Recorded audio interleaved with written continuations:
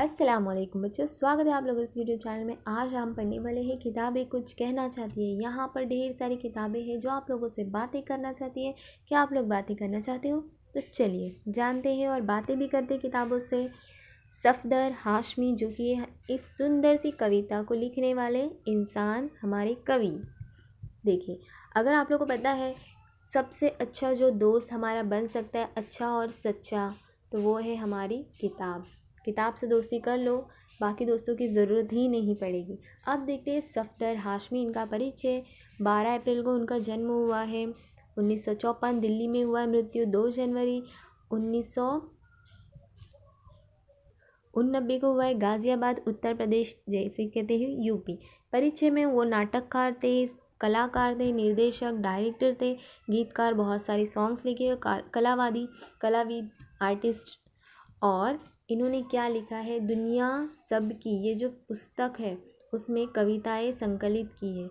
ये बहुत ही ज़्यादा फेमस पुस्तक है इनका। उसमें उन्होंने ढेर सारी कविताएं संकलित की है, यानी कि इकट्ठा की है सफदर हाशमी जी ने। ये तो हो गया परिचय। अब देखते हैं पद्य संबंधी। इस पद्य में क्या दिया है इस कविता में? नई कविता है, संवेदना के साथ मानवीय परिवेश के संपूर्ण वैविध्य के लिए शिल्प में अभिव्यक्त करने वाली काव्यधारा है। अब देखते हैं आगे। इस प्रस्तुत कविता जो है नई कविता का एक रूप है, न्यू कविता का एक प्रकार है और इस किस्म है। इस कविता में हाशमी जी ने किताबों के माध्यम से मन की बातों का मानवीकरण करते हुए प्रस्तुत किया है। अब यहाँ पर कविता जो कवि है हमारे, वो मानवीकरण कर रहे हैं किताब का। मानवीकरण का अर्थ क्या है जानते हैं, चलिए देखिए। मानवीकरण है किसी वस्तु को मानव के रूप में प्रस्तुत करने की क्रिया, यानी कि कोई चीज़ है, कोई वस्तु है, वो खुद एक मानव है ऐसे प्रतीत करके वो खुद बताती है, उसे कहेंगे मानवीकरण। उदाहरणार्थ एग्जाम्पल के तौर पे हम लोग ले लेते हैं कि हवा मध्यम मध्यम चल रही है।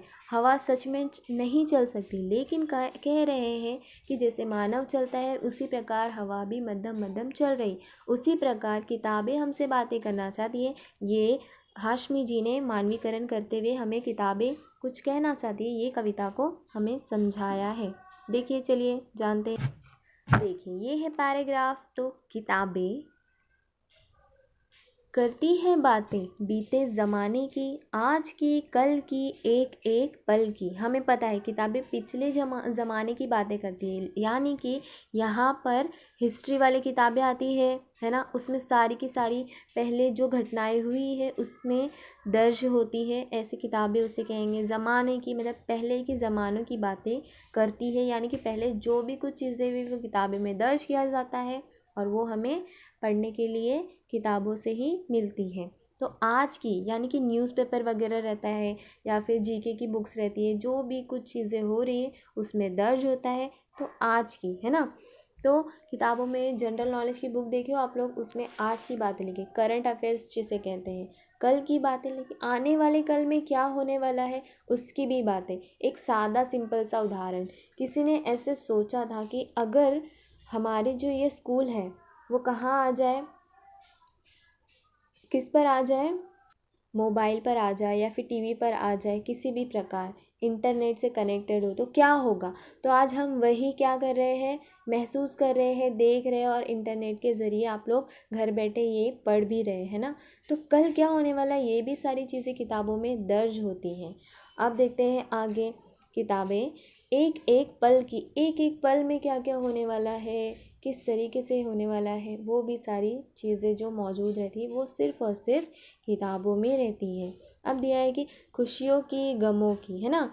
यहाँ पर खुशियों की बातें लिखी है, जिसमें पढ़कर कॉमेडी वाली किताबें रहती है, उसे पढ़कर बहुत ज़्यादा हंसी आती है। गमों की सैड सी स्टोरी होती है, मॉरल वाली, तो हमें वहाँ पर जीवन में बहुत सी प्रेरणा देकर वो गमों की किताबें भी देकर चली जाती हैं।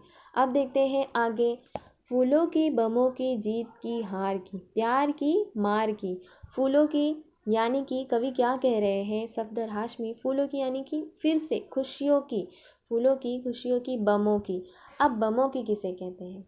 यानी कि देखिए मनुष्य अपने गलत रास्ते पर चलकर अपने शक्ति का दिखावा करने के लिए अस्त्र शस्त्र का उपयोग करता है ना। ऐसी बातें भी किताबों में दर्ज होती हैं। अस्त्र शस्त्र, बम, गोले, धमाके, ये सब चीज़ों का जिक्र जो होता है वो किताबों में होता है। फूलों की बातें, खुशियों की बातें, बमों की बातें, समझ आया। अब देखते हैं जीत की बातें, हार की बातें।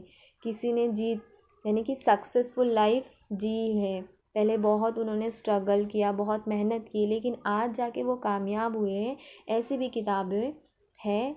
और वो सिर्फ़ और सिर्फ जो मिलती है जीत वाली कहानियाँ सुनने हमें, वो किताबों से ही मिलती है। हार की भी किताबों में ही मिलती है, ठीक है। हार से भी हमें बहुत कुछ सीखने मिलता है। अब देखते हैं आगे, प्यार की और मार की। अब आप लोगों को पता है ना कि ऐसे कहा जाता है कि प्यार की भाषा सबको समझ आती है ना। प्यार की बातें क्या है, सबको समझ आती है, तो प्यार की बातें भी किताबों में रहती है। और मार की यानी क्या होता है कि डराना और धमकाना। यहाँ पर देखो इतना बड़ा क्या है, गुस्से वाला चेहरा है ना, यहाँ पर डराना, धमकाना, इसे कहते हैं मार की बातें भी किताबों में दर्ज होती है। आगे देखते हैं, क्या तुम नहीं सुनोगे इन किताबों की बातें, आपसे बोल रहे हैं कवि। बच्चों, यहाँ 2 लाइन में लेखक हमसे कह रहे हैं कि आप नहीं सुनोगे इन किताबों की बातें। प्यारी प्यारी सी किताबें कुछ कहना चाहती हैं।